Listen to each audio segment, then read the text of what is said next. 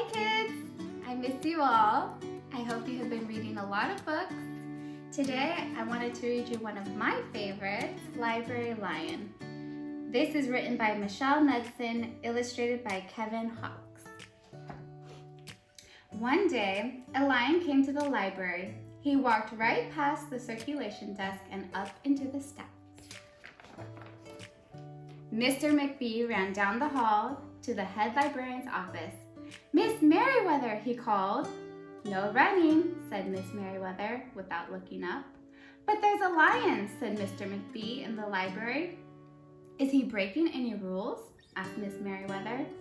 She was very particular about rule breaking. "Well, no," said Mr. McBee, "not really." "Then leave him be." The lion wandered all around the library. He sniffed the card catalog. He rubbed his head against the new book collection.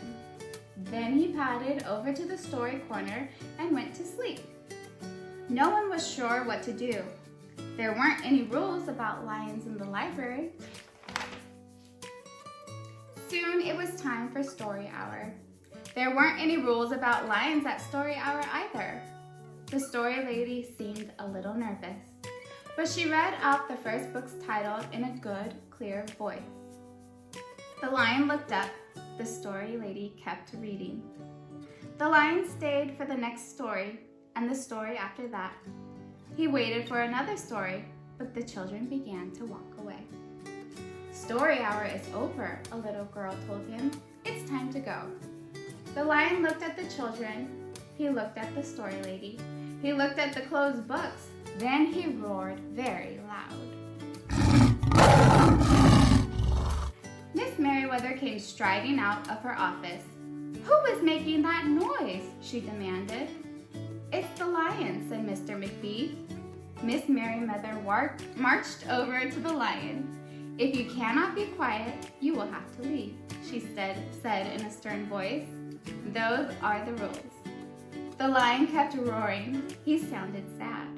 The little girl tugged on Miss Merriweather's dress. "If he promises to be quiet, can he come back for a story hour tomorrow?" she asked. The lion stopped roaring. He looked at Miss Merriweather. Miss Merriweather looked back. Then she said, "Yes, a nice, quiet lion would certainly be allowed to come back for story hour tomorrow." "Hooray!" said the children. The next day, the lion came back. "You are early," said Miss Merriweather. "Story is not until 3 o'clock." The lion did not budge. "Very well," said Miss Merriweather. "You might as well make yourself useful." She sent him off to dust the encyclopedias until it was time for story hour. The next day, the lion came early again. This time, Miss Merriweather asked him to lick all the envelopes for the overdue notices. Soon, the lion began doing things without being asked. He dusted the encyclopedias. He licked the envelopes. He let small children stand on his back to reach books on the highest shelves. Then he curled up in the story corner to wait for story hour to begin. At first, the people in the library were nervous about the lion, but soon they got used to having him around. In fact, he seemed very well suited for the library. His big feet were quiet on the library floor. He made a comfy backrest for the children at story hour, and he never roared in the library anymore. "What a helpful lion," people said. They patted his soft head as they walked by. "How did we ever get along without him?" Mr. McBee scowled when he heard that. They had always gotten along fine before. No lions were needed. Lions, he thought, could not understand rules. They did not belong in the library. One day, after he had dusted all the encyclopedias and licked all the envelopes and helped all the small children, the lion padded down the hall to Miss Merriweather's office to see what else there was to do. There was still some time left before story hour. "Hello, lion," said Miss Merriweather. "I know something you can do.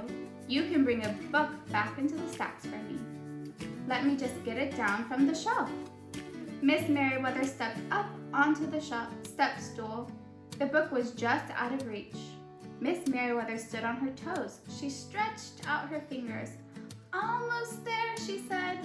Then Miss Merriweather stretched a little too far. "Ouch," said Miss Merriweather softly. She did not get up. "Mr. McBee," she called after a minute. "Mr. McBee!" But Mr. McBee was at the circulation desk.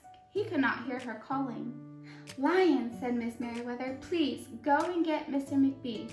The lion ran down the hall. "No running," Miss Merriweather called after him. The lion put his big front paws up on the circulation desk and looked at Mr. McBee. "Go away, Lion," said Mr. McBee. "I'm busy." The lion whined. He pointed his nose down the hall toward Miss Merriweather's office. Mr. McBee ignored him. Finally, the lion did the only thing he could think of to do. He looked Mr. McBee right in the eye. Then he opened his mouth very wide, and he roared the loudest roar he had ever roared in his life.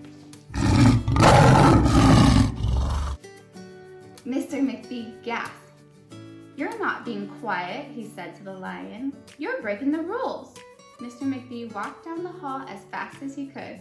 The lion did not follow him. He had broken the rules. He knew what that meant. He hung his head and walked toward the doors. Mr. McBee did not notice. "Miss Merriweather," he called as he walked. "Miss Merriweather, the lion broke the rules. The lion broke the rules." He burst into Miss Merriweather's office. She was not in her chair. "Miss Merriweather?" he asked. "Sometimes," said Miss Merriweather from the floor behind her desk, "there is a good reason to break the rules, even in the library. Now, please go call a doctor. I think I've broken my arm." Mr. McBee ran to call a doctor. The next day, things were back to normal. Almost. Miss Merriweather's left arm was in a cast. The doctor had told her not to work too hard. "I will have my lion to help me," Miss Merriweather thought. But the lion did not come to the library that morning. At 3 o'clock, Miss Merriweather walked over to the story corner. The story lady was just beginning a story for the children. The lion was not there.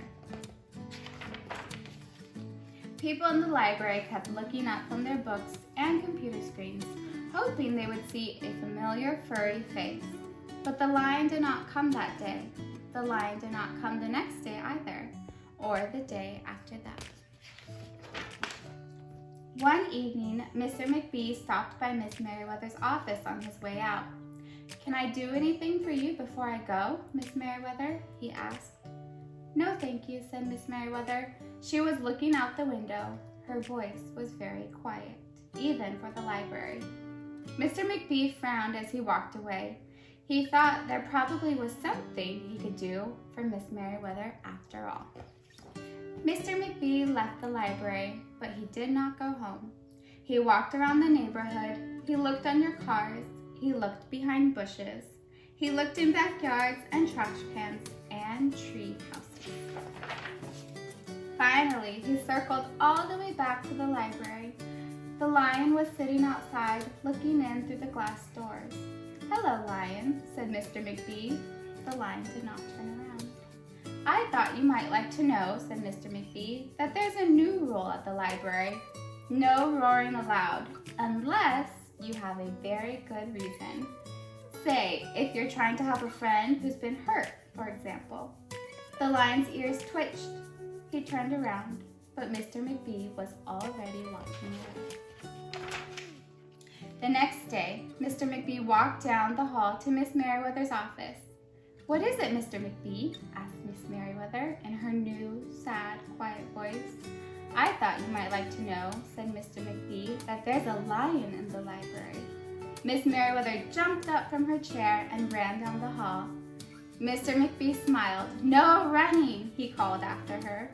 Miss Merriweather didn't listen. Sometimes there was a good reason to break the rules, even in the library.